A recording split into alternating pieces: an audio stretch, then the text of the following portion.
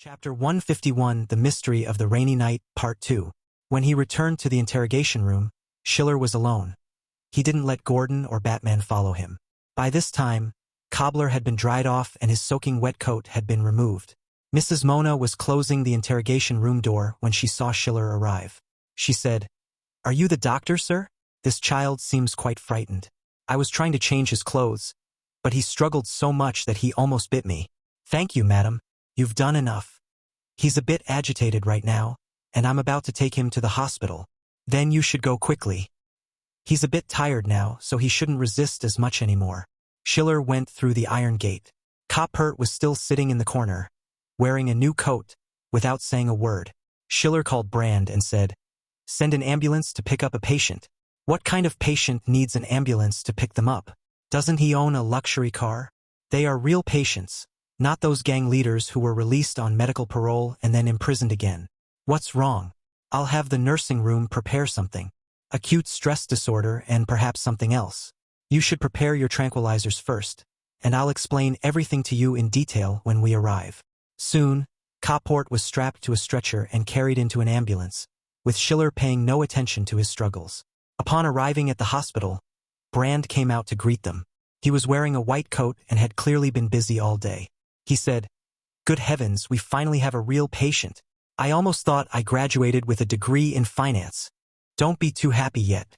If I told you that he is a key witness in a case concerning the succession of the Falcone family, would you still feel relaxed?"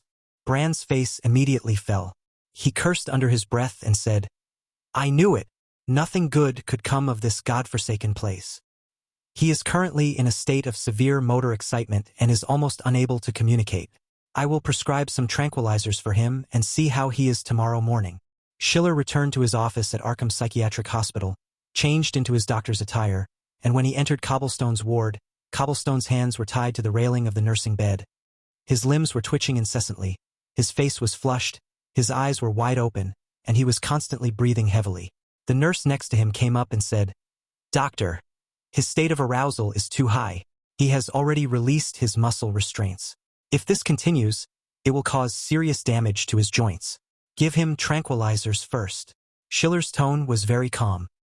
He leaned down and examined Cobbett's eyelids, finding that his vision was completely unfocused and his face was severely congested. Schiller turned around and called 2 more nurses, asking them to hold Cobb down.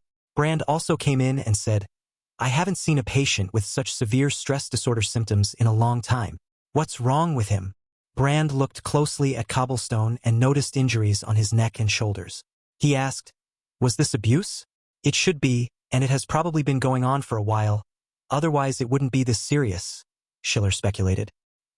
"He must have been subjected to prolonged abuse and beatings, which led to acute stress disorder." After the tranquilizer was administered, Cobert's hyperactivity gradually subsided, but he continued to convulse and was unable to concentrate. Schiller observed his physiological response and said, "Increase the dosage." With more medication administered, Copperpot finally calmed down and gradually fell asleep. Brand sighed, arms crossed, and said, "This isn't a solution either. He seems more sensitive than the average person, and he's not even an adult yet. If the sedative wears off and his agitated state doesn't subside, we can't use such a large dose anymore." "What do you plan to do?" Brand asked Schiller. "This requires a full medical examination." Schiller stared at Coppert's face and said, "I suspect he has other mental disorders. Otherwise he wouldn't be reacting so severely. A genetic disorder is also a possibility." "What about his relatives? Don't they have any medical history that we can refer to?"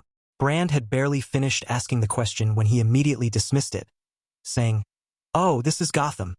Trying to identify a real mental patient here is like finding a needle in a haystack." Schiller said to Brand, "You should go back and rest. I'll be on duty tonight and work out a treatment plan." After Brand left, Schiller returned to his office.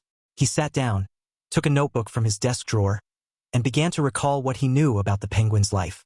The comic doesn't describe Penguin's childhood in much detail.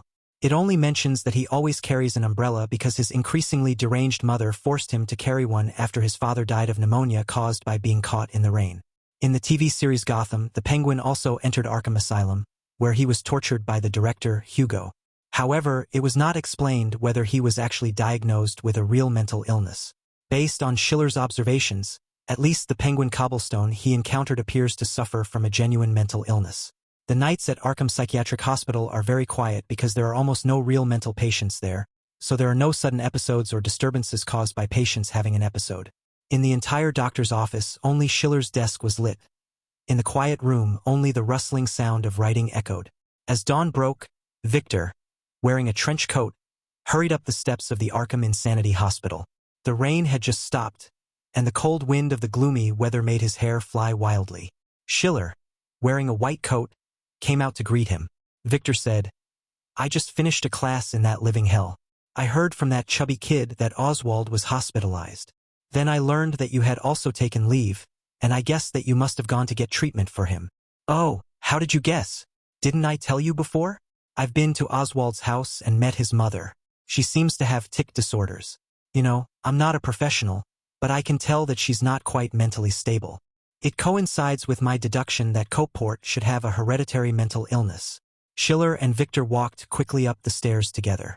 Schiller said as they walked, "Acute stress disorder triggered his hyperactivity symptoms. I gave him an overdose of sedatives last night, but he is still not better this morning." As they spoke, the two of them went to the ward where Copport was. Copport was lying in bed, talking incessantly, but the words that came out of his mouth had no logic and seemed to be just for venting. Victor walked to his bedside, glanced down at Cobbot and said, "This is very similar to the symptoms of a student I taught before. He was extremely agitated, talked to himself, and had aggressive tendencies, even injuring his classmates." "What do you plan to do?" Victor asked Schiller. "Actually, I think a lot about his talent. I know there are a lot of mentally ill people in Gotham, and you can't save them all, but he's already here, so we have to think of something. I will admit him to the hospital, which proves that I intend to treat him. However, the cause of this mixed symptoms may be very complicated, and I need to conduct some investigations." As they were talking, Brand came in with a stack of reports and handed them to Schiller. He said, "Earlier today we had a physical exam on him. The results weren't good. In addition to his mental health issues, he also has multiple injuries which are likely the result of beatings. Moreover, the new injuries are layered with the old ones, and this situation has probably been going on for some time." "As we expected," Brand concluded. "It was acute stress disorder following severe abuse, which triggered other mental illnesses and led him into an uncontrollable state of extreme agitation. We'll discuss the specific treatment plan for his mental health later." "Is his physical injury very serious?" "His left ankle was severely injured, and his right arm was also fractured. It will probably take a while to treat these injuries alone. If his agitated state recurs later, we will not be able to treat his injury at all. Moreover, I do not recommend giving him an excessive amount of tranquilizers. He is too young and his brain may not be able to handle it." Schiller touched his temple and said, "This is really troublesome. Can we get in touch with his mother? I'd like to investigate his medical history." Victor shook his head and said, "It's difficult. His mother is also mentally unstable. Last time I went there, she almost chased me out with a broom. If we want to investigate, we'll probably have to go to his house." "All right then," Schiller finally arranged. "Brand, you should take the time to treat his external injuries. Victor and I will go to his house to see what happened." After leaving, Schiller and Victor sat in the car. As Victor drove, he said, "Actually, you surprised me a bit. I thought you were the kind of doctor who didn't like to meddle in other people's business. You don't need to be so subtle. I know you think I'm the kind of person who would stand by and watch someone die if the money isn't right." Victor coughed awkwardly twice. Schiller, sitting in the passenger seat, placed his umbrella next to the seat, then tightened his trench coat and said, "Actually, you're right. Most of the time, that's how I am. However, in that vocational school class, only Coppert can write the characters I recognize. If he goes crazy, I reckon he'll be driven crazy by that scribbles too." Victor gripped the steering wheel, smiled, and without turning his head, said, "I think you're all talk and no action. You pretend to be a quack doctor, but you actually have compassion. I'll repeat myself. I may be unscrupulous, but I am definitely not a quack." The car wound its way into a narrow alley next to the living hell. When the two got out of the car, Schiller poked the gravel on the side of the road with the tip of his umbrella and said, "It seems that the area of the living hell renovation is still too small. This place is still so dirty and messy. Actually, it's not bad." Victor looked up and around, saying, "Before, Cars couldn't even get in here, but now it's much better. The two entered a dark stairwell and went up 2 floors. Victor knocked on the door and asked, "Mrs. Copperpot, are you there? Are you sure he'll answer you? As far as I know, some patients with mental disorders are unable to take care of themselves. It should be fine. When Mrs. Copperpot isn't having an episode, she just has some limb twitching," Victor explained as he continued knocking. But after a while there was no answer. Victor frowned and asked, "What's going on?" No one answered, so Victor could only say, "Something might have happened. We'll go around to the roof of the building across the street and then go in from the balcony. That's the only way." The two bypassed the passageway, exited through the door at the end of the corridor on the same floor, came to the terrace, walked around for a while, came to the balcony next door, and then climbed into the Copperfields' balcony. Then, they saw from the window that the interior of the Cobblestone mansion was in a mess, as if a fight had just taken place, and Mrs. Cobblestone was nowhere to be seen. Chapter 152 Parties and Umbrellas, Part 1. Victor stood by the window of the old Copport house, tugged at it hard, and then looked up to find that there was still a lock on the window of this dilapidated old house. Schiller took out a pistol and handed it to Victor. Victor glanced at him and said, "You actually have a gun?" Schiller looked at him and said, "Why are you surprised I have a gun? This is Gotham." Victor was also surprised and said, "But why did you give me a gun if you brought one?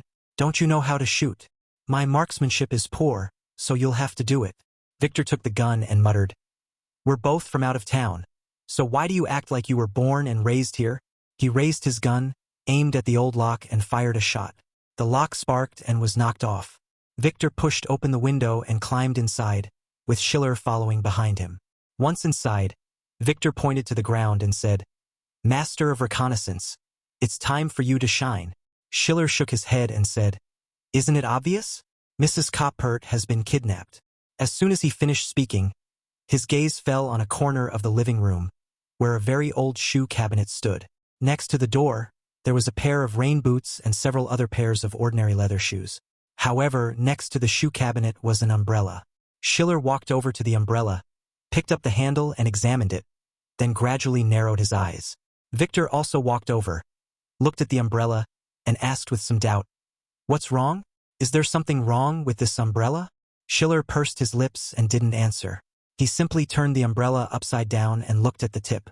There was a small circle on the tip, a very inconspicuous pattern that looked a bit like someone's signature. Schiller held the tip of the umbrella and then tapped the ground with the handle. Victor looked around and asked, "What are you doing?" "No, it's nothing." Schiller picked up the umbrella and went back to the center of the living room.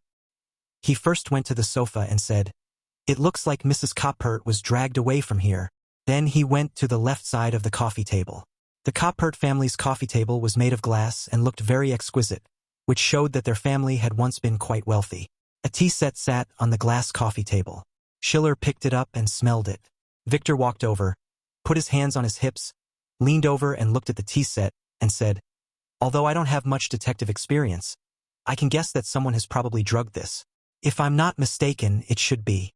Schiller grabbed a stack of newspapers from the side, wrapped the teacup in them, and handed it to Victor to take back for testing. Then he squatted down and looked under the sofa. A scratch about 20 centimeters long was left on the floor by the wooden leg on the left side of the sofa, indicating that the sofa had been dragged. He squatted down again and looked into the living room. The living room floor was littered with scattered items, as if a cabinet had been bumped and its contents had fallen off. The table next to it was also knocked aside, and a chair was overturned on the ground with one of its legs broken. It looked like someone had been fighting there. Schiller sighed and said, "I think we don't need to watch any longer. Let's go back and see whoever kidnapped Mrs. Copperfield. We'll have to let the police find out." Meanwhile, Batman, who was investigating the foreign gang leaders in the living hell, also made a discovery. A gang member in a suit collapsed to the ground, looking at Batman in fear, and then said in a trembling voice, "Don't kill me. Don't. I'll tell you everything I know. About a few weeks ago, oh no, about a week or two ago, one of the 7 bosses here died. We all called him Blackhand Kevin. He was also the boss of the North District, the one with the biggest territory. Is this Kevin the Black Hand connected to Fish?" The man hesitated for a moment before saying, "Yes, actually Kevin is a negotiator. Before coming to Hell of Life, his gang lost a lot of men in a shootout, and he doesn't want to lose any more. So he's willing to sit down and talk with the Mooney gang leader. But he died before they could negotiate. How did he die? Batman then asked. This? I don't know. I just heard that he died outside the living hell. You might have to ask the police for details. Then Batman asked, what happened to that guy named Kevin after he died? How did it go? The foreman was taken aback by the question, and instinctively replied, what else could it be?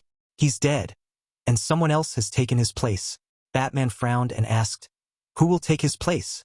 The foreman racked his brains and said, I can't remember his name. Anyway, that guy seemed pretty smart. Apparently, he used to be a foreman in charge of the water supply.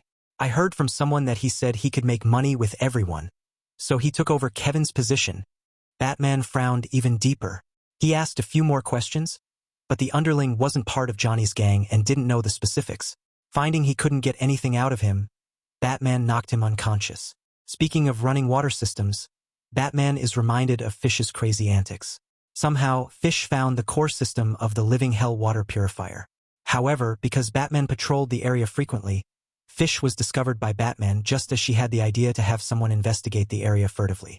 Batman knocked the investigator unconscious and then installed a security system on the water purifier to stop her.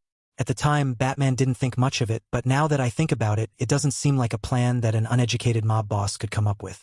Most of the inhabitants of the living hell didn't even know that the purifier existed. Even if she could figure it out, how would Fish put it into practice?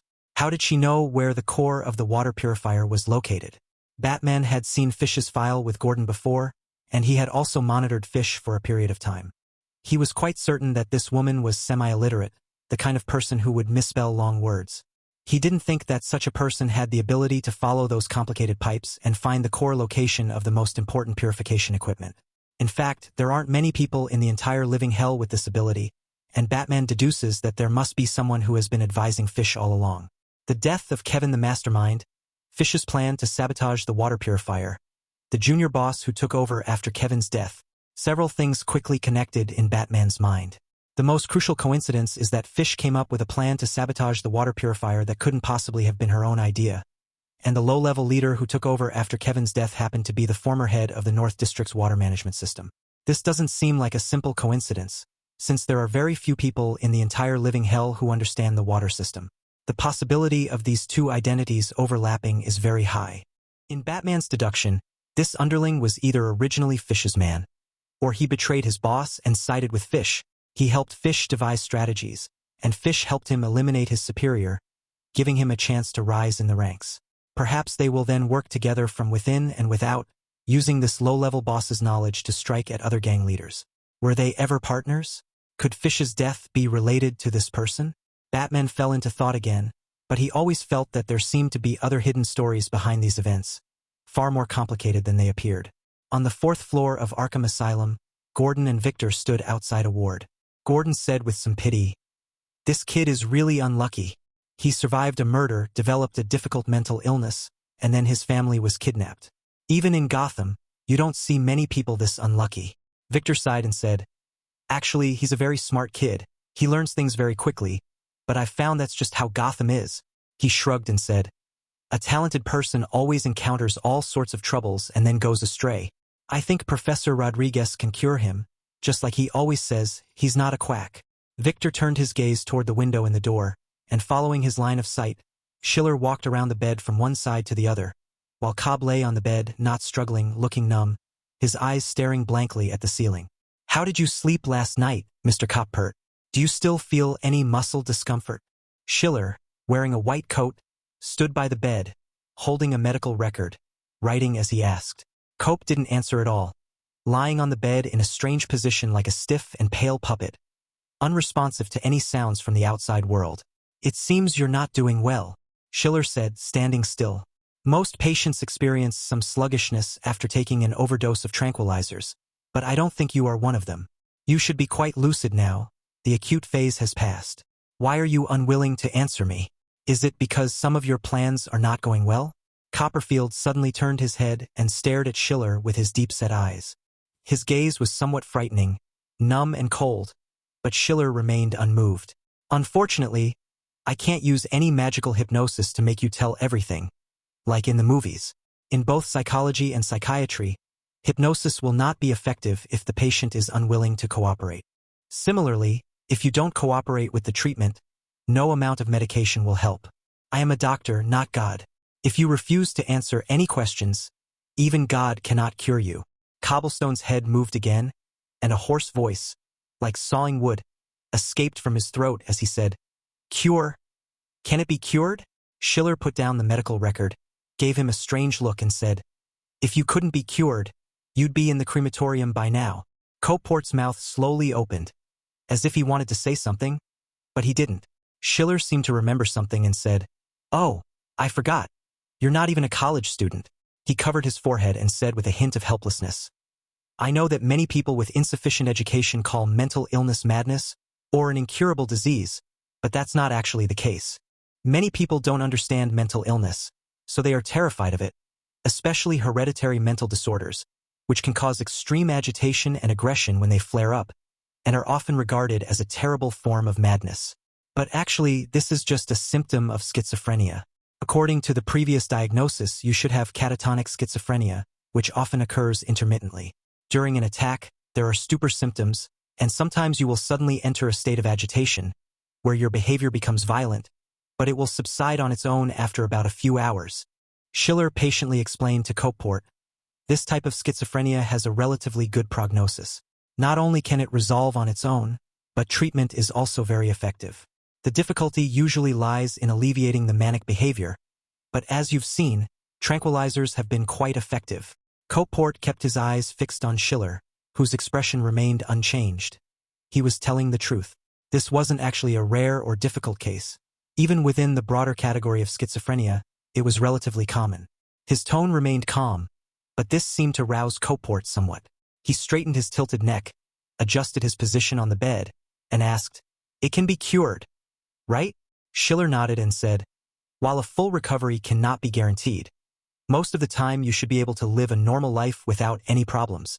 Chapter 153, Party and Umbrella, Part 2. By this time, dusk was approaching. In the narrow corridor of the living hell, only a sliver of light could seep through the long, narrow windows, like a brush dipped in golden paint drawing a mark on the corridor. Sharp rays of light pierced the dark building, and streaks of gold traced across Batman's body as he traversed the hellish corridors until he arrived at the crime scene. In fact, when he discovered the crime scene, his first reaction was certainly not to call the police. Regardless of whether Gordon was a good cop or not, Batman didn't trust the police at all. The reason he did this was that there was not only Fish dead here, but also Oswald Cobblestone, a living person. Batman is not illiterate, and when he saw Cobblestone talking in his sleep and twitching, he guessed that he might be having a mental breakdown. In order to save people, Batman sought out Gordon, and Gordon then brought in psychologist Schiller, who was the only one in Gotham with the right expertise. However, it seems that he saved the wrong person. Batman thought that this Cobblestone was not an innocent person who had stumbled into the crime scene, but was very likely the mastermind behind Fish. Batman easily investigated Cobblestone's background and found out that he was the low-level boss who took over after Kevin's death. It wasn't hard to find out. In the entire hell of the living, you could count the number of people who could read water meters on one hand. Cobblestone excelled at vocational school, so he was one of them, and he just happened to be at the scene of Fish's death. Hell of the living is so big, it couldn't have been a coincidence, right? Upon re-entering the crime scene, Batman looked around more carefully. This is a small room in the northern section of the living hell. Like all the rooms here, it is cramped and has a bizarre structure. The only window faces west, and the setting sun is visible outside the window frame. This small room with a window serves as the living room for the entire apartment. Given the small size of the apartment, there's no need to worry about the entrance hall. You simply push open the door and enter the living room. On the left side of the living room was a sofa against the wall, stained with blood.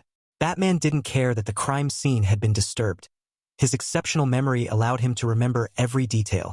In his field of vision, Fish's body was back on the sofa. Her body lay on the sofa, leaning towards the door, her head against the back of the sofa. She had been shot in the left temple, and blood splattered onto the right side of the sofa and dripped onto the floor. She was leaning to the right, clearly having been killed by a bullet while sitting on the sofa. Batman turned his head and looked to his right. Cobblestone's figure also appeared in the room, but he was lying on the windowsill. His jaw was chattering and his limbs were twitching. Batman walked a little further in and stood in the center of the room. Then, within his field of vision, time in the room began to reverse. Bloodstains on the floor and sofa floated up and returned to Fish's head. A bullet spun out of Fish's head, and Fish sat up straight, back to being alive. The bullet stopped next to her left temple. Cope stood up like a puppet, hunched over, facing Fish at the window. Batman stepped across the coffee table, came to Fish's side, and then leaned close to the left side of her cheek, staring at the bullet. While examining Fish's body in the morgue, Batman discovered that the bullet had precisely struck Fish's temple, and judging from the wound, the bullet entered at an angle perpendicular to the temple. In an instant, Fish vanished, Batman sat down on the sofa, and the bullet that killed Fish stopped right next to Batman's head. Time began to flow. The bullet spun and pierced Batman's temple, blood splattering onto the sofa and the floor. Another Batman stood up from the sofa, half kneeled down to examine the bloodstains, and he discovered that this was indeed Fish's first death scene. Her body had not been moved, and the shape and range of the bloodstains were reasonable. Having confirmed that this was the scene of death, Batman turned around, and time returned to the second before Fish was hit, with Fish reappearing on the sofa. Batman walked behind her, and from his perspective, Copperfield had disappeared from the window. Suddenly, Batman turned his head to the left and saw Cobblestone standing to Fish's left, in front of the door leading from the living room to the bedroom, holding a pistol with a ferocious expression and aiming it at Fish. In an instant, Batman appeared where Cobblestone had been, gripping the pistol that had been floating in the air since Cobblestone's disappearance. He muttered to himself, "Something's not right." At that moment, Fish turned around, looking quite surprised and angry. With only two people inside, Cobb's actions couldn't have escaped Fish's notice. Once he raised his gun, Fish would definitely look at him. Batman pulled the trigger and the bullet flew out, hitting Fish in the front of his forehead, not in his left temple. He let go and returned to the middle of the living room. Cobblestone reappeared, and as time rewound, the bullet returned to Cobblestone's gun. Then Copperfield's figure seemed to reverse in a movie, taking a few steps back into the bedroom, where the door slammed shut. Batman walked over and reopened the door, only to discover that it opened into the bedroom, with the hinges on the left. Batman walked in and stood in Cobblestone's spot. He pulled the doorknob with his left hand, and the instant the door opened, he raised his pistol with his right hand and fired. Fish was completely unaware and didn't even turn his head. Instantly, the bullet pierced Fish's temple, but Batman shook his head. The reason this inference works is that he was the one who fired the shot. He was Batman. The door opens inwards.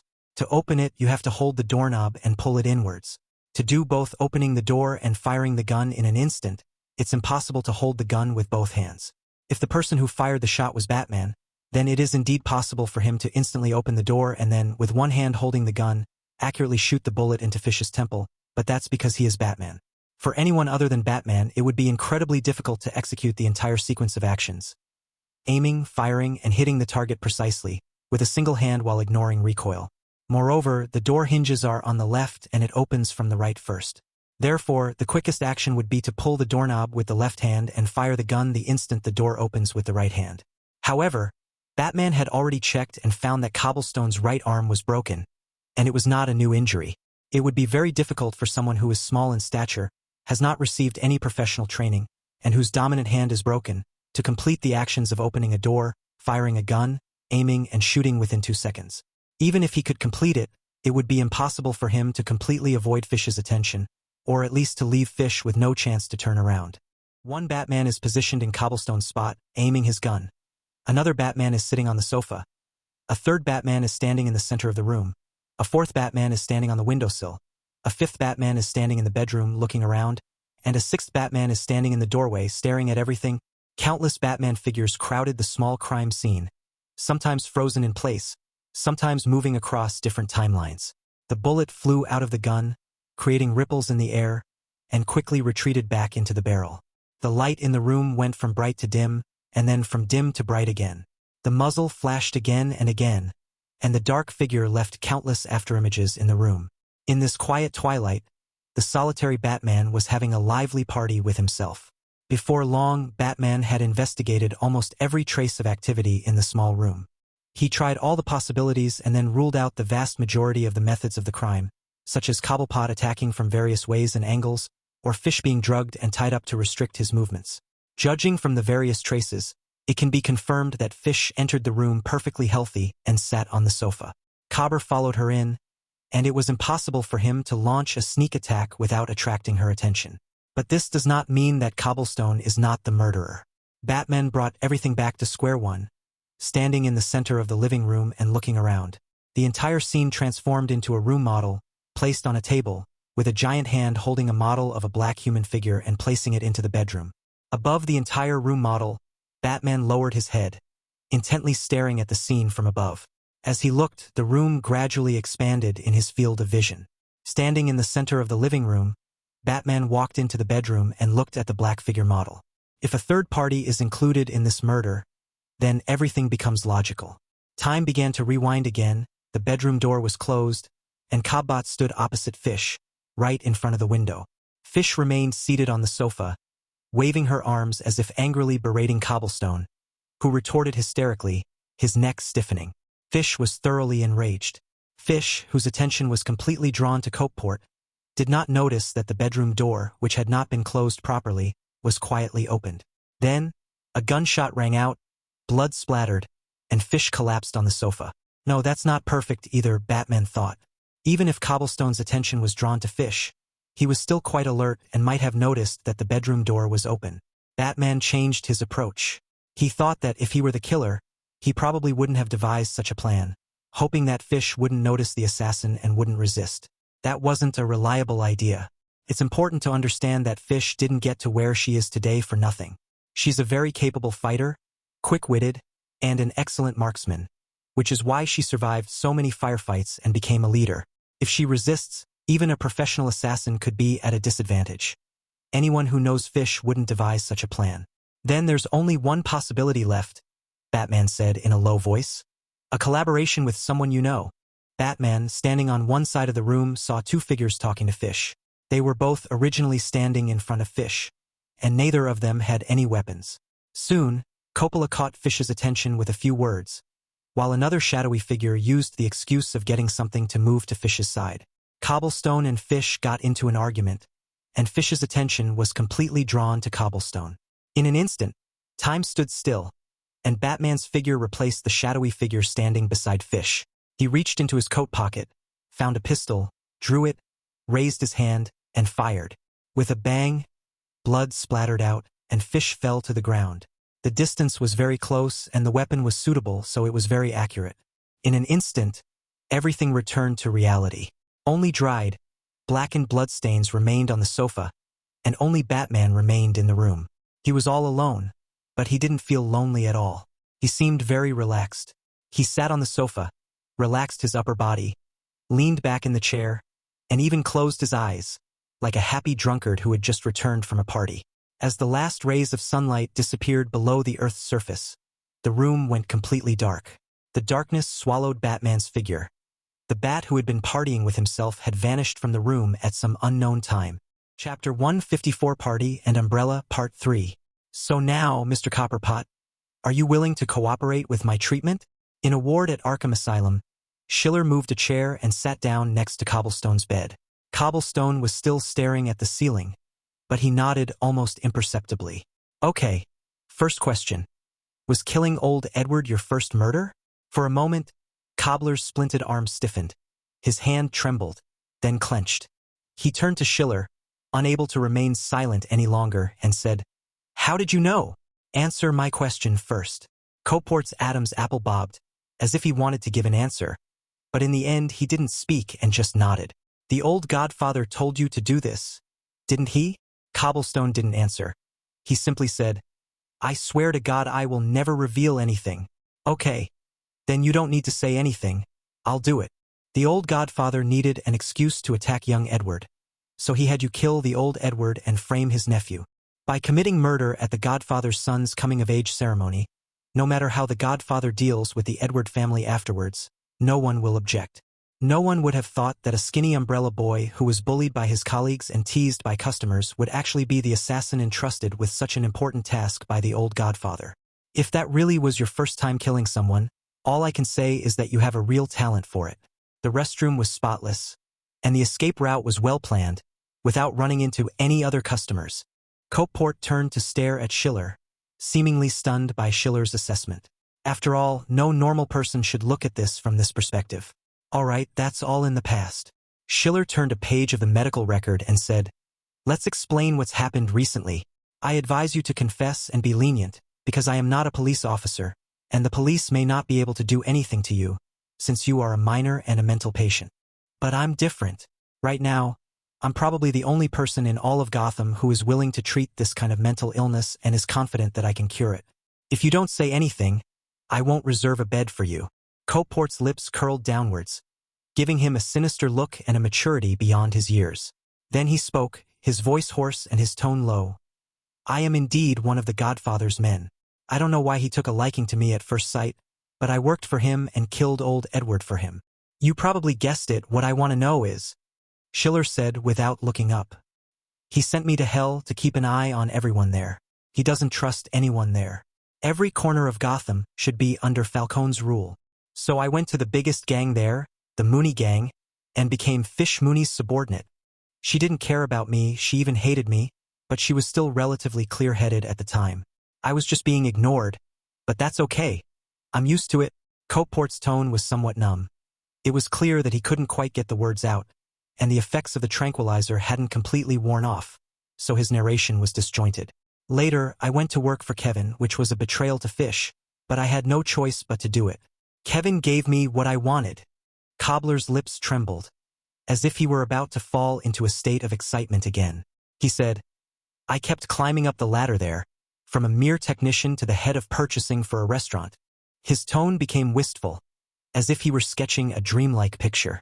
Cobb continued, "That restaurant was the kind I always dreamed of, big and luxurious, with mob bosses coming and going, and they were all very polite to the restaurant owner. I know what I want, yes. That's it. Calm down, continue." Schiller's voice shattered Copeport's illusions and stopped him from getting any more excited. Cobbler swallowed hard, let out a dry breath, and then said, "There, I was appreciated and transferred to oversee the water system. My colleagues were a bunch of idiots, but that didn't matter. It suited me perfectly. I rose through the ranks and even became a minor leader. This feeling is wonderful." Cobblestone's neck veins bulged, and he began to tremble again. "It's great. I'm starting to boss people around, directing the work, and I have it all under control." He quickly stopped, as if on cue, returning to his stiff state, and then said fiercely, "So, I want more power, more territory. No one can stop me. Kevin—" "Oh yes, his name is Blackhand Kevin, a very prestigious name. He was the first person to stand in my way." Cobblestone's tone returned to its low hue. "After I took control of the entire North District's water system, he felt that I would threaten his position. Indeed, that idiot knows nothing. Following him will only lead to starvation, but following me is different. Many people in the gang have seen through this, and they have started to support me, and that idiot's position has been shaken. This can't go on any longer. I know, Cobblestone said, almost emphasizing each word. "I have to kill him and take his place." I went back to Fish, knelt at her feet, and wept bitterly, telling her that Kevin had forced me into this situation. I promised that if she would help me kill Kevin and gain status, I would use my knowledge and abilities to help her drive all these outsiders out. To gain her trust, I started offering her all sorts of plans, some of which worked, some didn't, but in the end, Fish chose to believe me. Cobbler swallowed hard, his voice trembling as he said, "On a street next to the living hell, Fish killed Kevin, and I smoothly took his place. But later, Fish started to go crazy. She would rush into my room while I was sleeping and beat me with a gun butt and a wooden stick." Cobbett's voice began to tremble with a sob as he said, "I knew I had to endure it. My position was still precarious. I couldn't defy her, so I kept silent, and she tormented me like a mad woman, saying I betrayed her, saying everyone betrayed her. I don't know how much time passed." Cobblestone was trembling as he continued. "She started getting more and more insane, and several times I felt like she wanted to kill me. I knew I couldn't let this go on, or the crazed Fish would definitely kill me." "So you killed her?" Schiller asked him. No. Cobblestone shook his head, trembling. He clenched his teeth, which chattered as he seemed lost in thought. "How could I kill someone? I'd be arrested and thrown in jail. Can't go to jail. I've just achieved my position." And just then, someone approached me. Cobblestone paused, then slowly uttered the name, Sarah Maroney. Maroney told me that he's had his eye on living hell for a long time. He has a grudge against Falcone and has already offended the old Godfather. He can't let Falcone's plan to transform Gotham succeed. Otherwise, the Maroney family will cease to exist. He wanted me to cooperate with him, but I refused. So, he kidnapped my mother just a few days ago. So I suggested to him that we join forces to kill Fish and then frame Evans to undermine the prestige of the Godfather's successor. For me, this is killing two birds with one stone. It will free me from Fish's torment and allow me to rescue my mother. He agreed to the plan, and one day, I lured Fish out and Maroney shot and killed her. After he finished speaking, Cobblestone was still trembling, seemingly lost in some memories. Schiller scribbled in his notebook and remained silent for a while. Finally, Cobblestone couldn't hold back any longer and looked at Schiller. Schiller remained focused on his medical record, offering no comment on the story. Cobbett, his eyes red-rimmed, said, "Doctor, I'm willing to testify against Maroney. He killed Fish. I can testify in court. Please, you must heal me, Stop your nonsense," Schiller said, looking at the medical record without raising his head. "Your story is quite interesting, but you've made a very serious mistake." Cobb looked at him, tears streaming from his eyes, his face pale and pitiful. Schiller put down the medical record book expressionlessly, looked into his eyes and said, "Pretending to cry won't help. Those who know me know that I'm not a quack, but I'm unscrupulous. Your biggest mistake was not researching the backgrounds of the doctors you would be working with before making this plan. Doctor, I know I don't have any evidence, but I'm the only eyewitness. Okay, if you still insist, then let's start with a recent crime scene. Professor Victor and I went to the scene of your mother's kidnapping. According to you, it was Maroney who sent people to kidnap your mother. That was indeed a very typical kidnapping scene. Someone broke into your house, drugged your mother with sleeping pills, and then took her away while she was unconscious. On the surface, that's how it seems, but Mr. Cobblestone." Schiller looked into Cobblestone's eyes and said, "You clearly haven't done any real kidnappings before. The setup of this scene is full of holes." Copeland didn't speak. She just stared at Schiller. Schiller continued, "First of all, in Gotham, almost no one would choose to infiltrate a kidnapping. They would usually just smash down the door, rush in, spray bullets at all living things, then move the body away, wipe the bloodstains clean, and then say they kidnapped your relative. In reality, your relative's body has already been thrown into the sea. Of course, I'm assuming Maroney is a civilized man, but I believe he wouldn't need to resort to infiltration, much less administer sleeping pills. Even if your mother is strong, she couldn't possibly fight off 4 or 5 gang thugs. They could simply rush in, knock her unconscious, and drag her away. The sleeping pills would have been completely unnecessary. You're trying to reconstruct a perfect chain of evidence in a kidnapping case, but there are too many unnecessary steps involved. For example, that fight scene you set up was completely superfluous. Who do you think your mother is? A retired female special agent?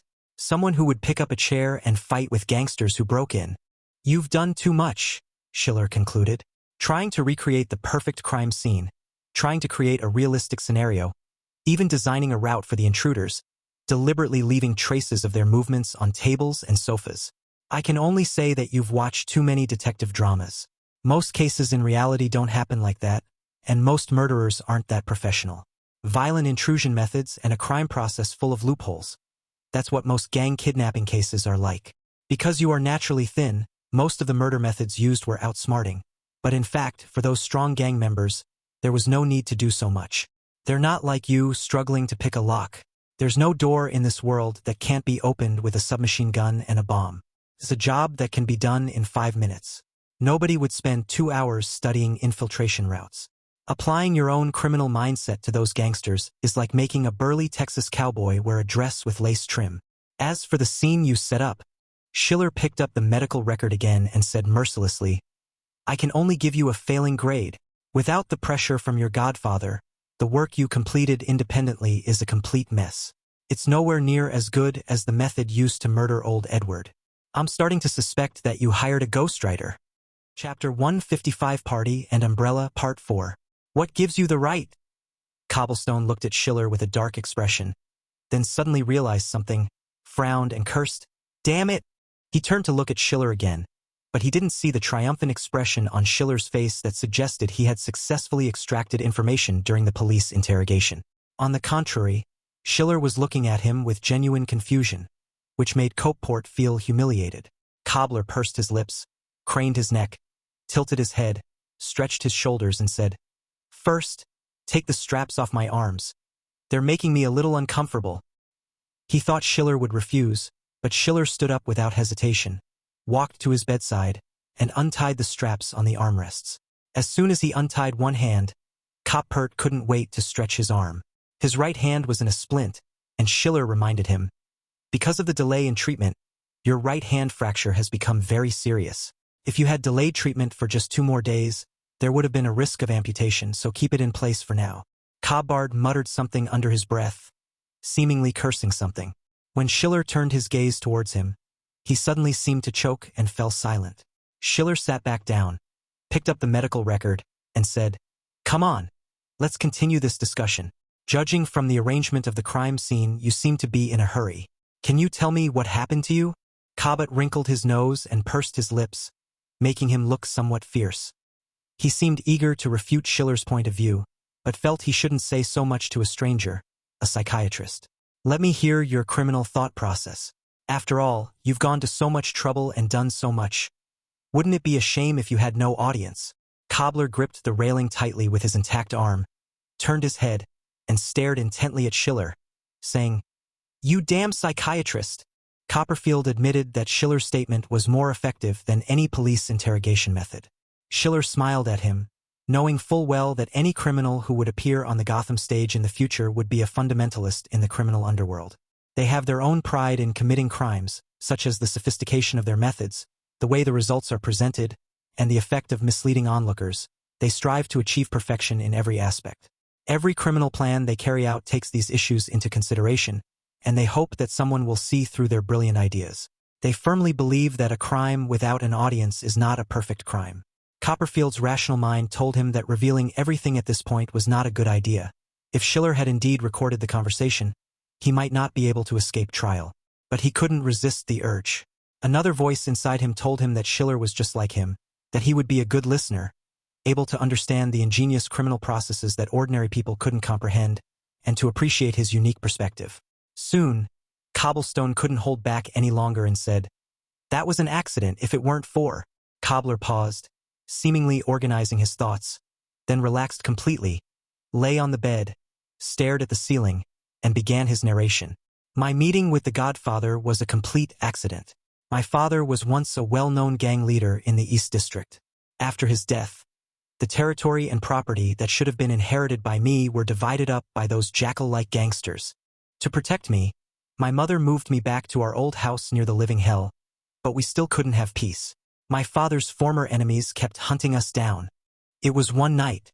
I was washing dishes at a bar in the East District when I came out and was surrounded by people. They were about to open fire when a car drove by. Inside was His Excellency Falcone. He stopped the group and drove them away. Did the Godfather save you?" "Yes, I was only 12 years old then, but I was very thin and looked even younger. He probably couldn't stand them about shooting a child. Anyway, that's when I met the Godfather. I don't know how he saw that I was worth nurturing. I was thin and small, in poor health, not good looking, and not good at social maneuvering, but the Godfather still secretly helped me out. So, when he needs you, you kill for him?" Cobb said expressionlessly. "What's wrong with that? He saved me. I know it means nothing to him, but killing someone means nothing to me either. I must say you handled old Edward's case very skillfully, not like a novice. Could you tell me more about that day?" Cobbard shook his head and said, "That's all thanks to the Godfather's prestige. Nobody dares to cause trouble on his turf. It's nothing to be proud of. Okay, let's get down to business. All of this you've done shouldn't be just following the crowd. What exactly are you trying to do?" "I want to break free from the Godfather's control," Cobblepot said, making a startling statement. "To be precise, not the old Godfather," Copperfield added. "I'm willing to work for Falcone, to kill for him, but only for His Excellency Falcone. I knew some time ago that the old Godfather wanted to step down and hand over his power to his son, Falcone Jr." Coppert scoffed and said dismissively, "But he's no good. Falcone is no match for his father. There's no future in working for him. The new godfather will inherit the old godfather's position, and naturally he will inherit his wealth and connections, which naturally includes me. But I think Falcone is far from good enough, and I don't want to work for him. Why do you think that? Schiller asked him. Before that, he wanted to make reforms, and he messed up the territory that the old godfather had handed over to him. He is highly motivated, but lacks goals. He is ruthless, but lacks critical thinking. Simply put, he is not cut out for this. So, what did you do? I know the old godfather is still alive. It's impossible to get rid of him by force. I will die. I have received his favors and have also killed people for him, so perhaps it seems that we are even. But every Gotham resident knows that once you've done something like that, you can never get back on shore. It's either death or a dead end. But I don't want to be part of the legacy and follow the instructions of the new godfather. In other words, the new godfather's stupidity will not only kill him but also me. I don't want to die, so I want to leave. When the godfather sent me to this living hell to keep an eye on things, I realized that my chance had come. My first target was the Mooney gang, Cobbart said, raising his voice. I needed to establish myself here and get a feel for the situation before I could make any further plans. So I joined the Mooney gang, took orders from Fish, and quickly figured everything out. Coport's speech gradually became more fluent, and the future Penguin became quite talkative when it came to this topic.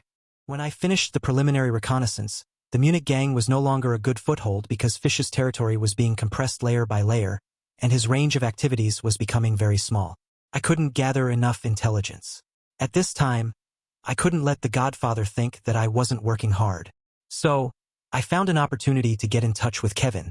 Yes, it wasn't that he chose me, but that I chose him.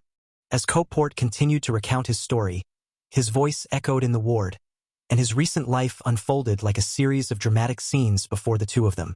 As he finished speaking, the red curtain was drawn back, revealing a narrow corridor of living hell. Cobblestone and Kevin stood in the hallway.